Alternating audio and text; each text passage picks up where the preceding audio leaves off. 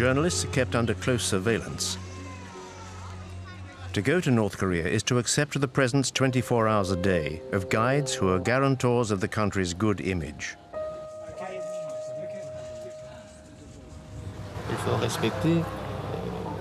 The law must be respected. We do not allow French journalists to go out alone. Our country, North Korea, does not like the French. Why? Because they took part in anti-North Korean operations. There never were any French operations against North Korea. But in Pyongyang's eyes, every foreigner is a potential enemy who has to be closely watched. It's the sworn duty of each guide to chaperone the visitor and regurgitate the regime's propaganda. Even these official North Korean guides may not be filmed.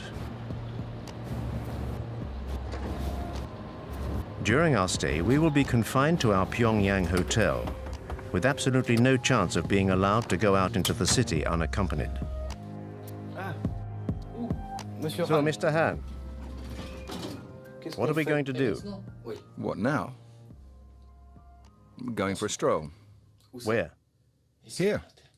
In the hotel? Yes, in the hotel. Maybe we could go into town. No.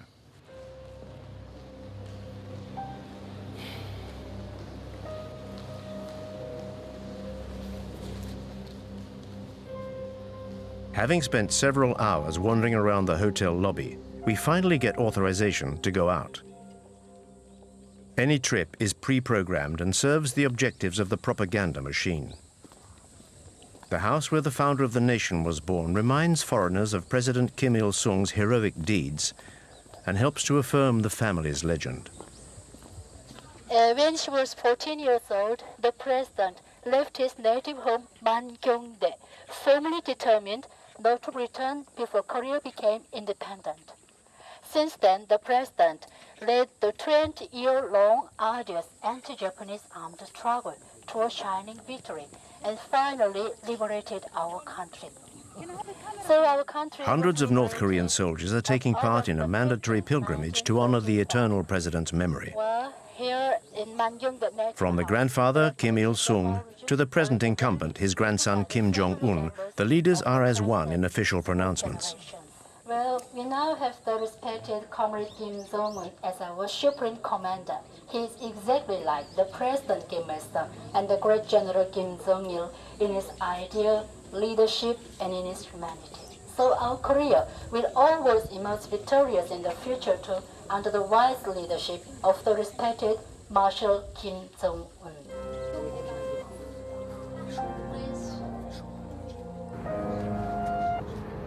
We've been given authorization to visit Pyongyang to film the capital's latest infrastructures. The authorities are keen to airbrush the image usually associated with this country: a totalitarian regime, a family dynasty, and brutal repression. This shiny, brand new hospital is exactly the sort of publicity the regime wants. On the 3rd of November last year, Marshal Kim Jong-un visited our hospital. He was very happy. He said he felt like he was walking into a palace. Look at that chandelier up there. That is our emblem. It represents a woman's bust. This is the room which our glorious leader, Kim Jong-un, visited on the 3rd of November. Come in.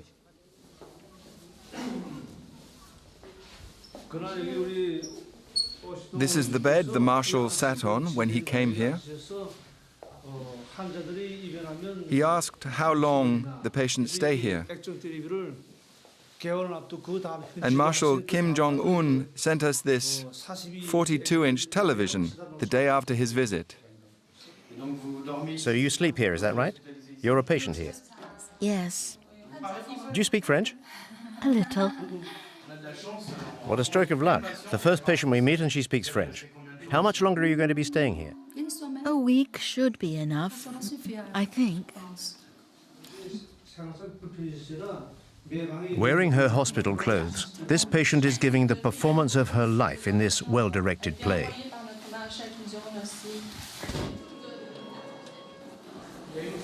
Is that a power cut?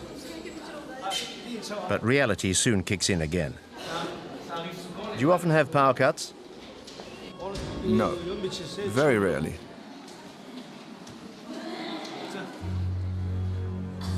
The hospital's employees do their best to remain unmoved by such events. Nothing can tarnish the image of the country and those who run it.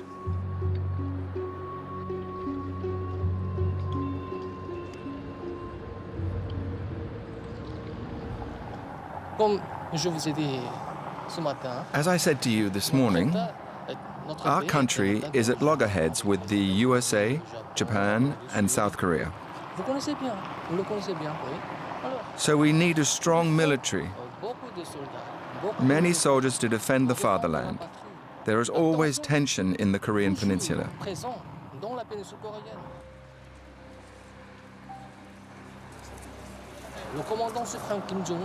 And Commander Kim Jong-un is very young.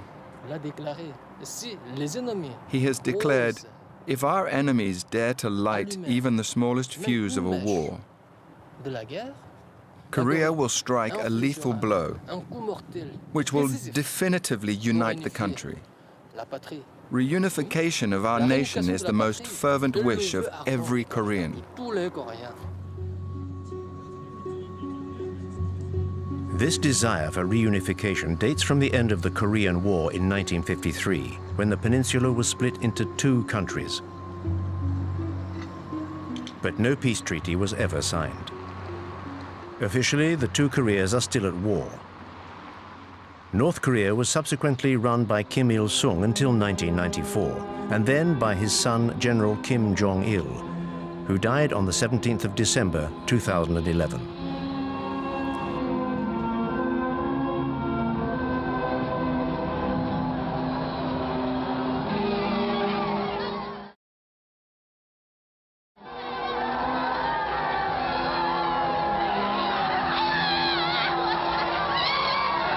Kim Jong-un, son of the late Kim Jong-il, has been in power for 3 years. In life or in death, the Kim dynasty's power over 24 million North Koreans endures.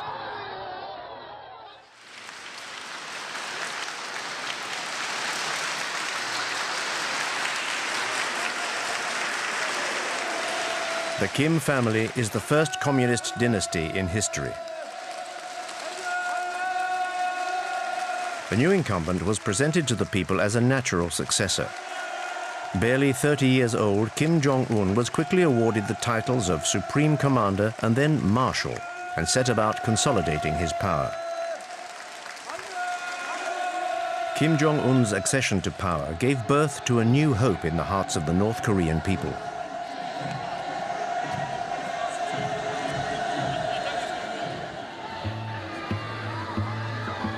More of a modernist than his father, he built theme parks and was accompanied at public appearances by his wife.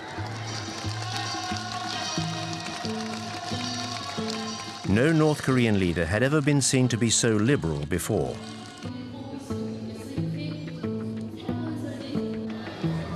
Kim Jong-un cultivated his image right down to his posture, which was designed to be reminiscent of his grandfather's.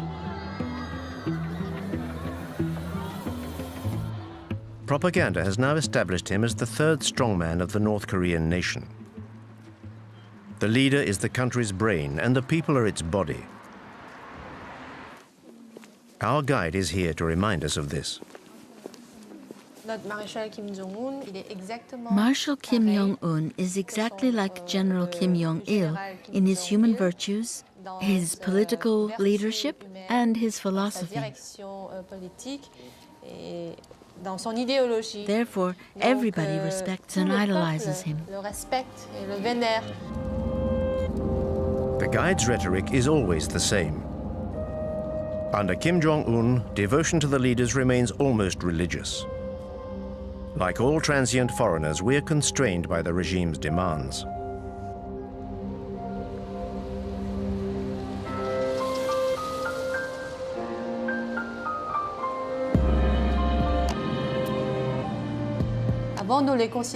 Before, we thought of them as leaders or heads of state.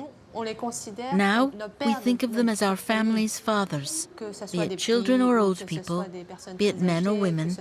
The entire Korean nation considers them to be our fathers. In his 3 years of absolute power, Marshal Kim Jong-un, like his father and grandfather before him, has become part of the intimate fabric of Korean families. This retired scientist and her granddaughter are typical of this devotion to the regime. What are your feelings towards the Marshal? Like everyone else, I feel that Marshal Kim Jong-un is the embodiment of our destiny. He is our future and a father to us all. You foreigners could never understand how much we venerate our Marshal. The whole Korean population places its future and destiny in his hands. It is thanks to Marshal Kim Jong-un that I am wealthy and can live like this. In fact, maybe you know the song which speaks of the rise of our young nation and tells how our country will be built by the people under the guidance of Comrade Kim Jong-un. Thanks to him, our future will be brilliant and socialism will triumph.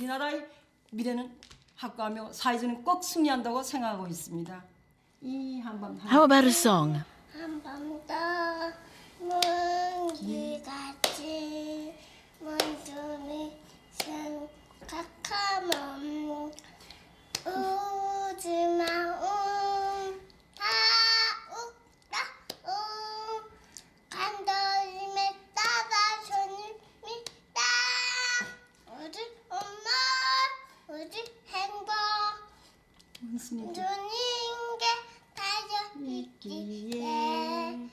아침 저녁 소원은 하나 원수님의 안녕입니다. You see, even little children miss the Marshal, so they salute him in their songs. Your granddaughter who just sang, she's 2 years old. What kind of future do you want for her? What kind of country will she live in?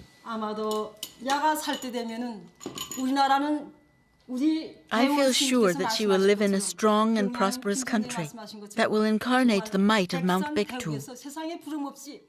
That she will live in a world where she will have no cause to envy others.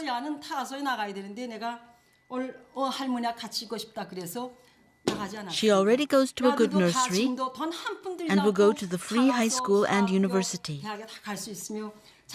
We hope she's going to be a scientist like her grandfather.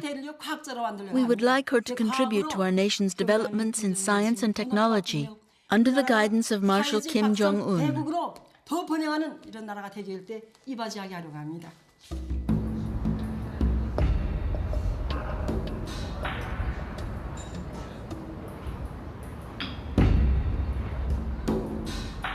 Under Kim Jong-un, the nation's future elite is being coached in Pyongyang's model schools. Here, the children of families close to the nucleus of power will one day become musical virtuosi. We teach the children piano, but out of 30 pupils, only a few will be selected for the National Academy of Music. Some will become pianists, and others will just become composers or singers.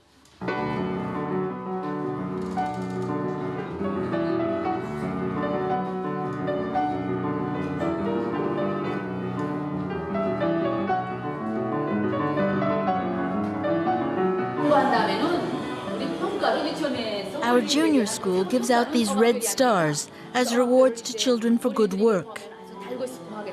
And when they see these stars, it also makes them want to join the army.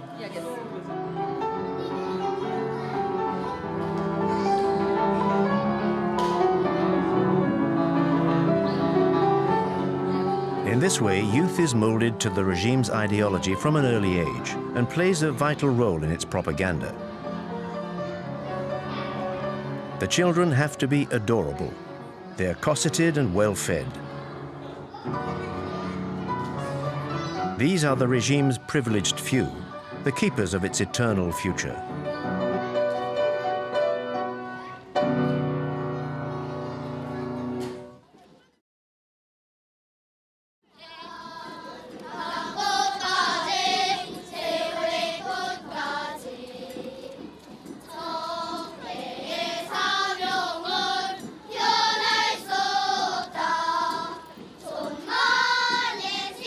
From infant school through to university, devotion to the leader seems unfailing.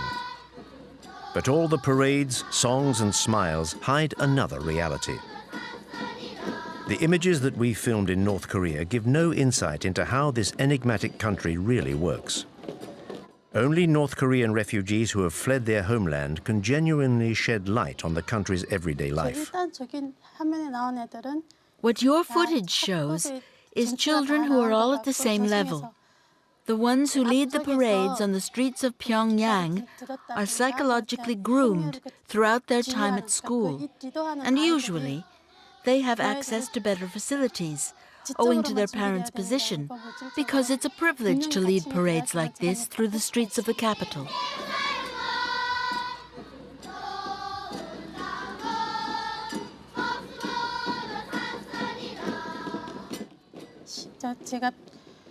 The difference between the kids from Pyongyang and the kids from the countryside is their size.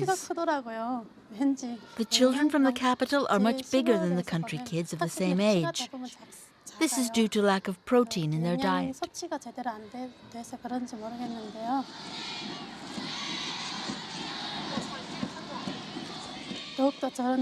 Now a whole host of new songs glorifying Kim Jong-un is being taught to the children. And they teach them to us, their parents. If children sing any song that is in any way critical of North Korean socialism, they're censured in front of their classmates.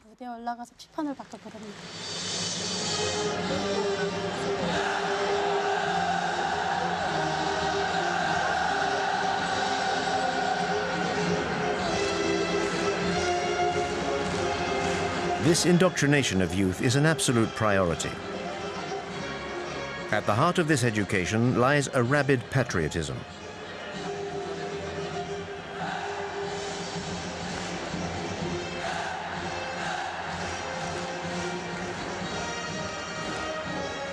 These children are the future of North Korea and have to be ready to defend their nation. These mass spectacles are designed for the North Korean nation to promote its sense of power.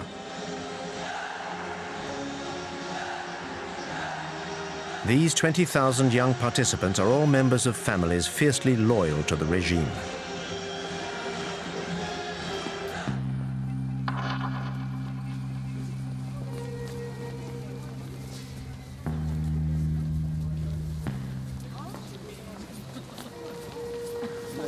These Pyongyang citizens are an essential part of the regime's rhetoric, at its very core. Students, teachers, and high-ranking military officers whose loyalty is beyond question. These men and women from the capital's elite are the only people allowed to meet foreigners. Like the Park family, a couple of university professors hand-picked by our guides. The Park family's exemplary conduct has enabled them to move into this block of flats. I'm still emotional talking to you now. We used to live on Mansadong Hill over there, in a flat on the 15th floor of a building, where those two statues of our leaders are. We were given this apartment on the 2nd of July 2012. Marshal Kim Jong-un came to visit us on the 4th of September 2012. He looked at every room, even the bathroom. He turned on the tap and the water ran freely, so he was very pleased. I couldn't believe how lucky I was to be able to live in a flat like this. When our Marshal Kim Jong-un visited us, I even asked him, "Dear leader, why is it that a family like ours is allowed to live in such a luxurious apartment?" The Marshal said, "In our society, teachers and their families are the people who are entitled to the greatest respect. If people like you can't benefit from living in a place like this, then who can? You deserve to live here." That's what the Marshal told me. A model flat for a model family. Happiness, North Korean style, is, like everything else, stage-managed. In order to ensure their loyalty and to disguise the iron rod hanging over the population, Kim Jong-un has transformed Pyongyang into a shop window for the regime's privileged few. Our Marshal Kim Jong-un is trying to ensure that all our people can enjoy a happy life. He wants the people to be able to live in a civilized country, a civilized and socialist country. It is his will and his intention that the people may one day enjoy a very modern lifestyle. This shows that we're trying to develop not just the leisure industry, but also sport, healthcare, and culture. We're trying to live in a more civilized world, basically. The despot Kim Jong-un has decreed the North Koreans should have fun. The country has supposedly entered a new era with fun for everyone. At least, that's the image that the authorities want to display to foreign visitors. On the outskirts of Pyongyang, this equestrian center is Marshal Kim Jong-un's latest creation.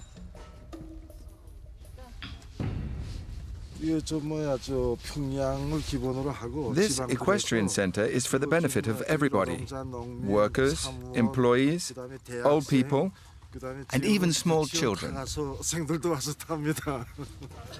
Nothing is left to chance. There's no room for improvisation. I'm on my way. They want to see the merry-go-round. Get everything ready quickly and let the others know. We're on our way.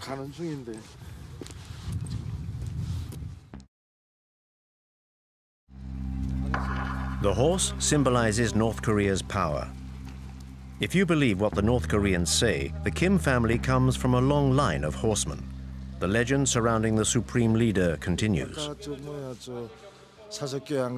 Between 1990 and today, Marshal Kim Jong-un got on a horse 300 times, advised and coached by General Kim Jong-il. He worked very hard at it. In order to become a great horseman, he studied and read many books which enabled him to master every aspect of horse riding. That's why he's such an expert now. The myth surrounding Kim Jong-un borders on the grotesque. Indoctrination seeps into every aspect of life. Our presence here serves to export this ultra-propaganda across the country's borders.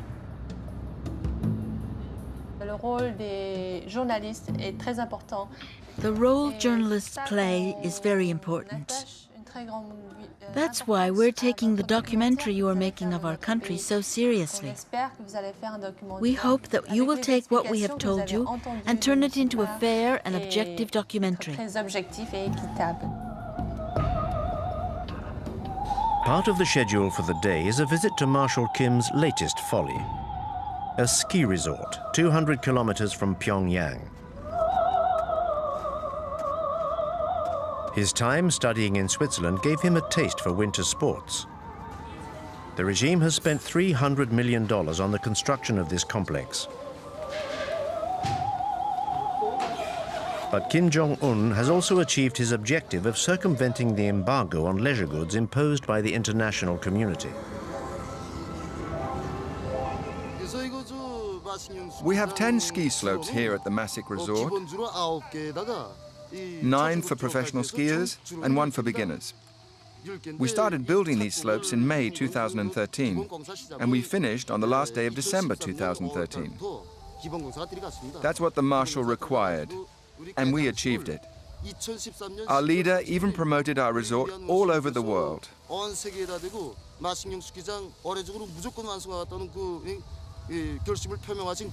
Skiing is part of our country's culture. And so Kim Jong-un wanted this resort built to develop our civilization.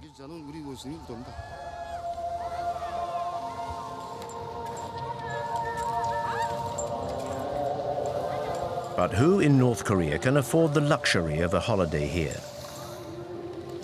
No one is willing to explain the circumstances of their stay here. The resort was designed with the people in mind, and the prices too have been set with the people in mind. In Marshal Kim Jong-un's socialist country, money remains a taboo subject. Only 5,000 North Koreans are estimated to have the means to use this resort.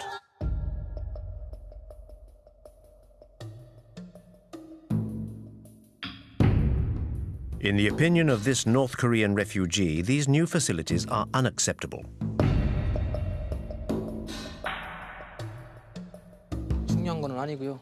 거기 뭐 불필요하게 국민들이 먹고 살기도 It's all 힘든데 so ridiculous. 그 건설해봤자 People are starving to death, and these facilities are only for rich people from Pyongyang and no good to anyone else. 갈 생각도 안 하고요. The reality is that people in North Korea are suffering.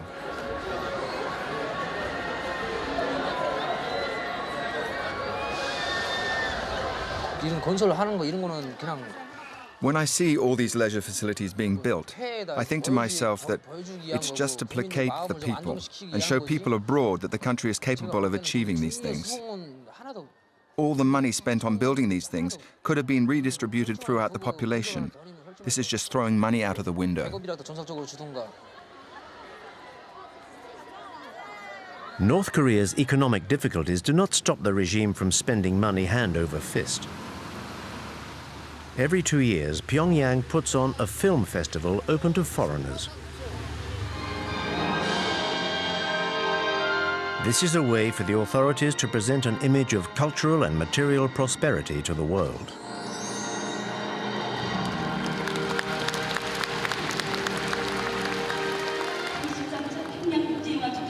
We declare the 13th Pyongyang International Film Festival open. The films and cartoons shown all follow the party line, of course. This amenability towards the world outside North Korea is limited, and tributes to the leader are never far away. This event is all the more important because it only takes place thanks to the interest and the love that Marshal Kim Jong-un has for the cinema. You're about to watch films which are completely innovative in both form and content. North Korean cinema has a central role in the propaganda machine. It educates even before it entertains.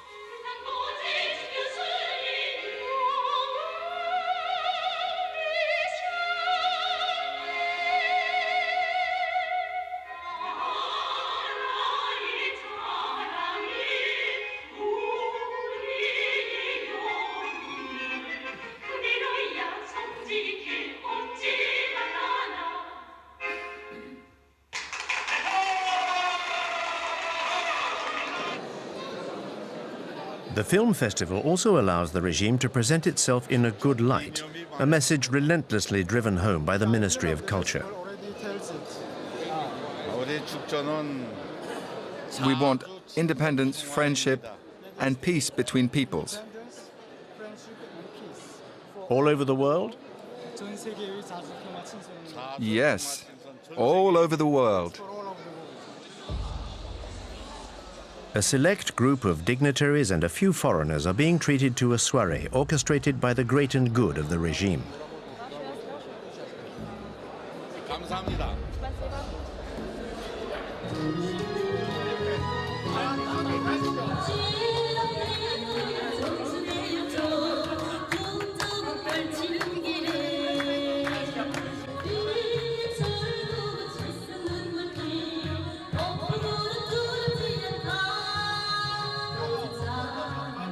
But behind this facade of a smiling, prosperous North Korea, the regime maintains control over every citizen's life.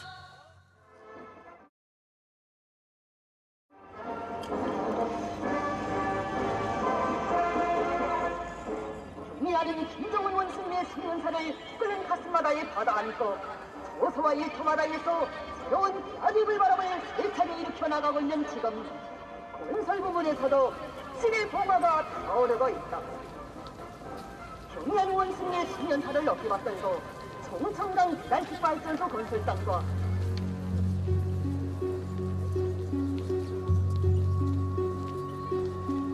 In this country of supreme leaders, even the smallest event is an opportunity to pay tribute to the leadership.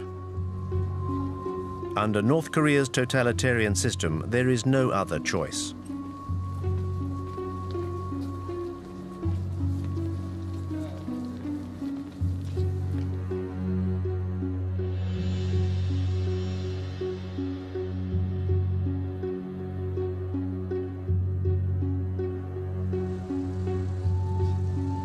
To commemorate the 60th anniversary of the end of the Korean War, the population of Pyongyang is requisitioned to pay tribute to its army.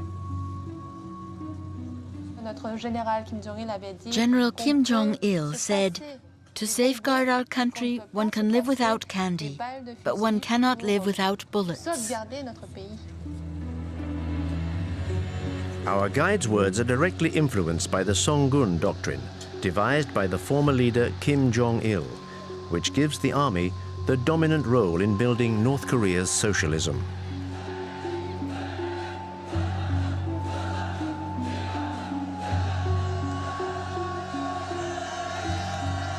Like his father, Kim Jong-un perpetuates the tradition of large public parades.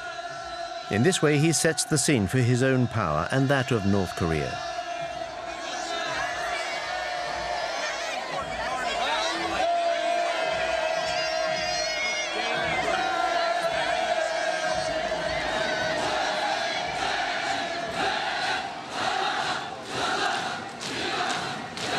The army is the keystone of the regime, with 1 million North Koreans enlisted and a third of the population reservists.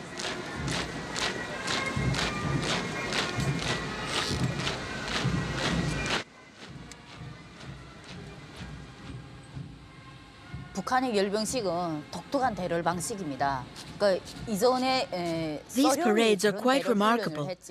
I think they used to do something similar in the former USSR. What leaders Kim Il-sung and Kim Jong-il taught us was a style of military marching called the Hell March, which dated from the end of the war with Japan. It's a style that Kim Il-sung was already using when he fought the Japanese. The idea is to intimidate the enemy. When you do a hopping goose step like that, it's rough on the stomach.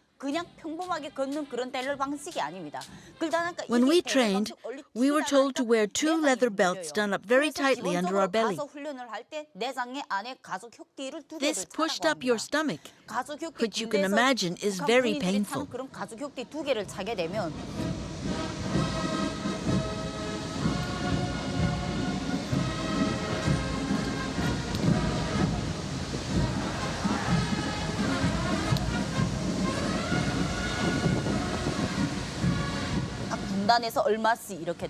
I took part in training for these parades while I was a student at military college.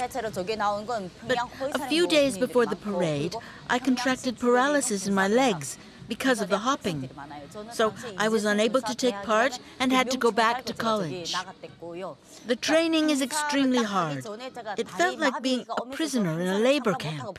And in North Korea, not to be able to take part in the parades is very shameful.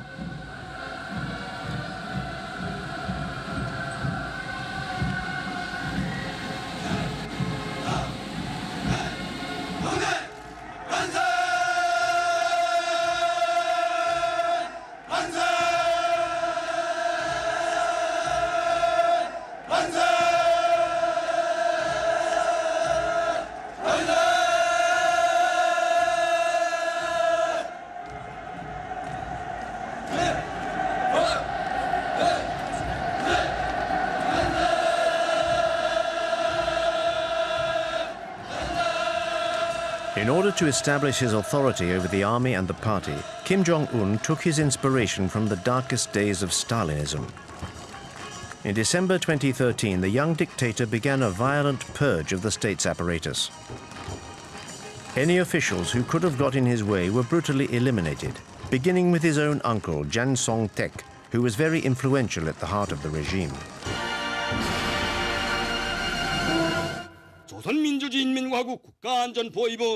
The Special Military Tribunal of the Ministry of State Security of the Republic of Korea has found the accused, Jang Song-taek, guilty of acts of subversion against the state.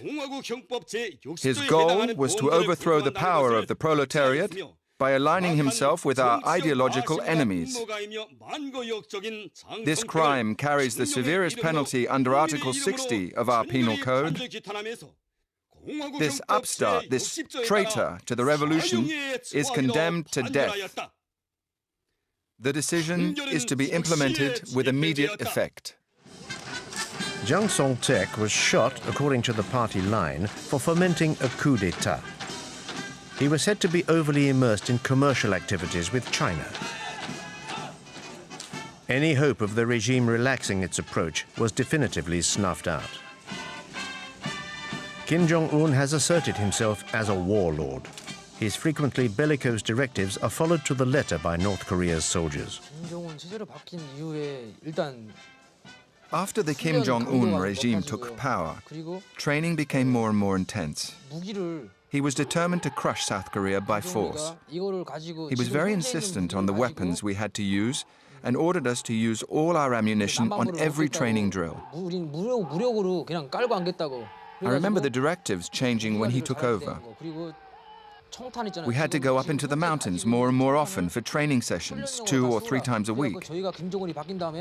And everything changed from a military equipment point of view. We got new and better munitions, like armor-piercing bullets. I think Kim Jong-un wants to prove to Koreans that he is capable of preparing the country for a war against South Korea.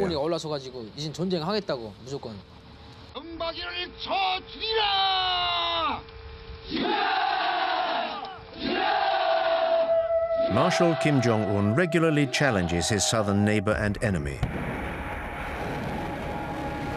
The regime's belligerent rhetoric goes hand in hand with provocative acts such as nuclear trials or military maneuvers. The state needs an enemy to justify the economic priority given to the military.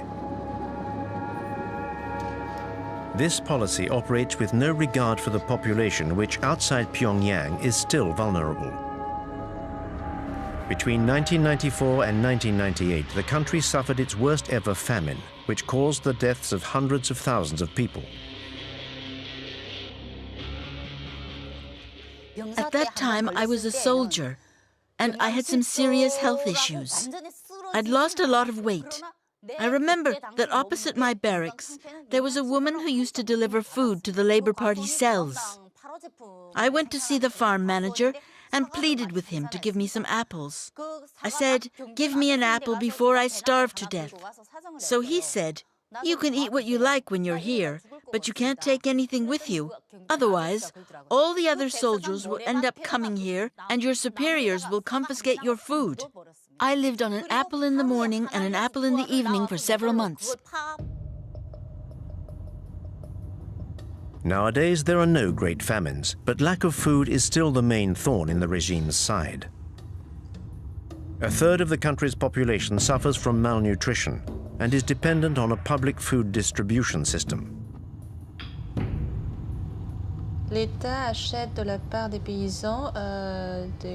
The state buys cereals and other foodstuffs from the farmers at a low price and then redistributes them among the population.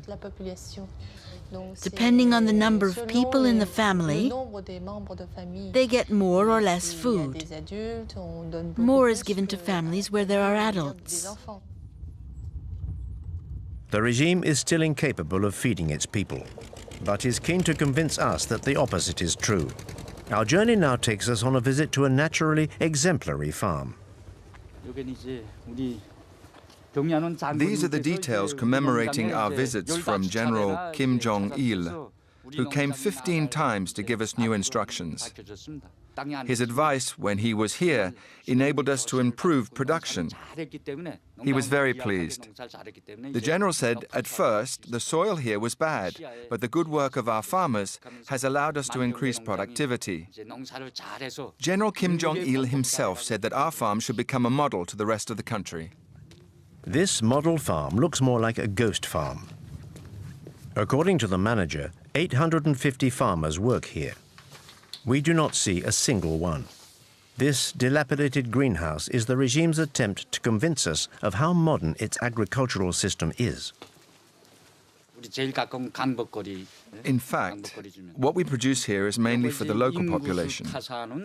We don't get involved in how many people we distribute vegetables to.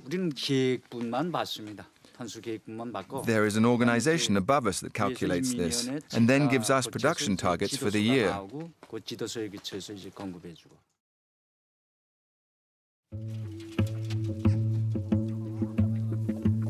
But the targets set by the authorities are unattainable.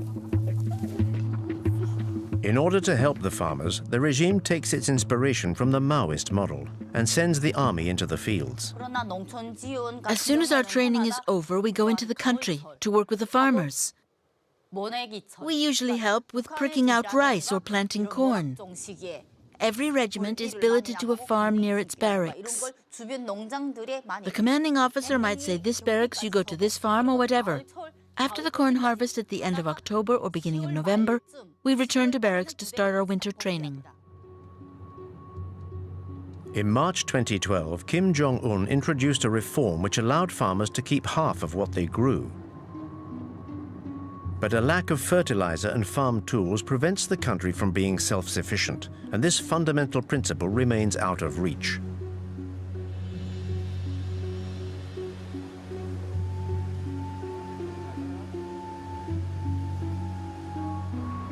The regime seems to continue supporting a systematic economic path. But today, it no longer has any choice but to tolerate private commercial ventures.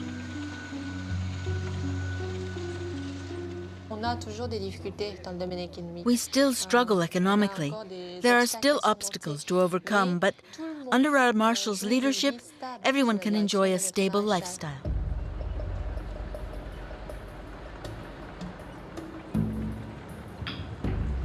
The regime has succeeded in maintaining this stability by cutting off its population from the outside world. Only a handful of North Koreans managed to get around this isolation via the black market. There are smugglers who regularly cross the Tumen River on the Chinese border and bring back contraband. I went into business with a bunch of friends, and I remember everyone copying and burning South Korean DVDs brought in from China, and then selling them in the markets. In North Korea, buying DVDs like this is expressly forbidden and goes against the regime and the law. It is actually dangerous to even own them. But there are fewer controls in the evening, so people get together around 10 or 11 and stay up until dawn, watching recordings of popular TV series. I remember a very popular South Korean series which showed a casino in a capitalist country. You saw money changing hands, which we'd never seen before. Because all you see on North Korean television is documentaries about Kim Il-sung and Kim Jong-il. And it's still the same today. But in those South Korean series, I saw apartments and wardrobes full of clothes and shoes. The North Korean regime keeps on telling us that South Koreans are very poor. But the people in those series were really fashionably dressed, and I loved it.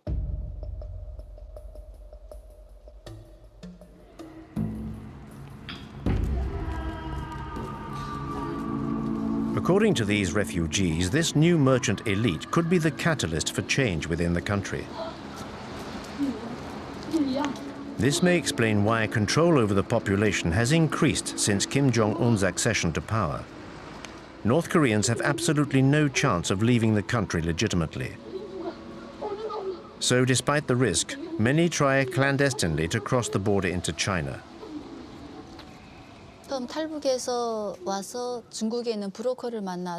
The first time I fled North Korea, I met a middleman when I arrived in China and was sold to a Chinese farmer. When you're on Chinese soil, you're considered an illegal immigrant and not a refugee. I ended up getting caught, and the Chinese authorities sent me back to North Korea. I was sent to a labor camp for a year. I was beaten for 3 days.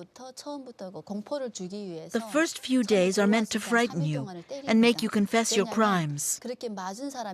Once you've confessed, you're sent to a labor camp or to prison. When they were torturing me, they prevented me from sleeping, and they hit me here, in the eye. When I was a border guard on the Tumen River, it was my job to catch fugitives. We were posted along the Chinese border in groups of 3. When we caught a fugitive, we took them to our guard post, where we recorded the time and date at which we'd captured them.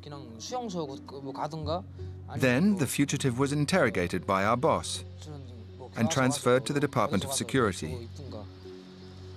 If the prisoner was starving, we could be lenient. Otherwise, they were sent straight to prison or the labor camp. All I did was hand them over to my superiors. We were rewarded for each fugitive we caught.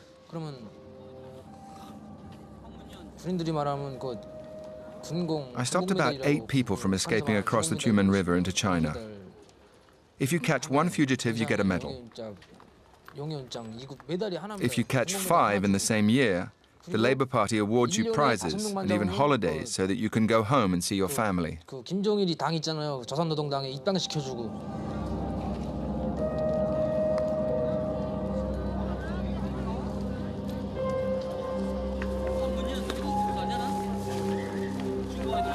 살아갈 길이 너무도 막연했어요. 그리고 이미 저는 Once I left prison, I wondered how I was going to carry on living with no identity. 국가 반역자로 이미 I was considered a traitor to the nation, so I had no future in North Korea. I tried to flee a second time. I had obtained contact details for a people trafficker while I was in prison. Thanks to him, I managed to cross the Tumen River between China and North Korea.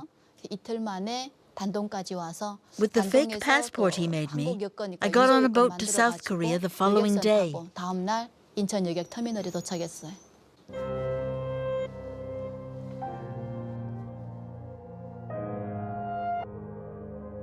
The ruthlessness of the regime and the disastrous economic situation have forced over 200,000 North Koreans to flee their country. 25,000 have made it to South Korea.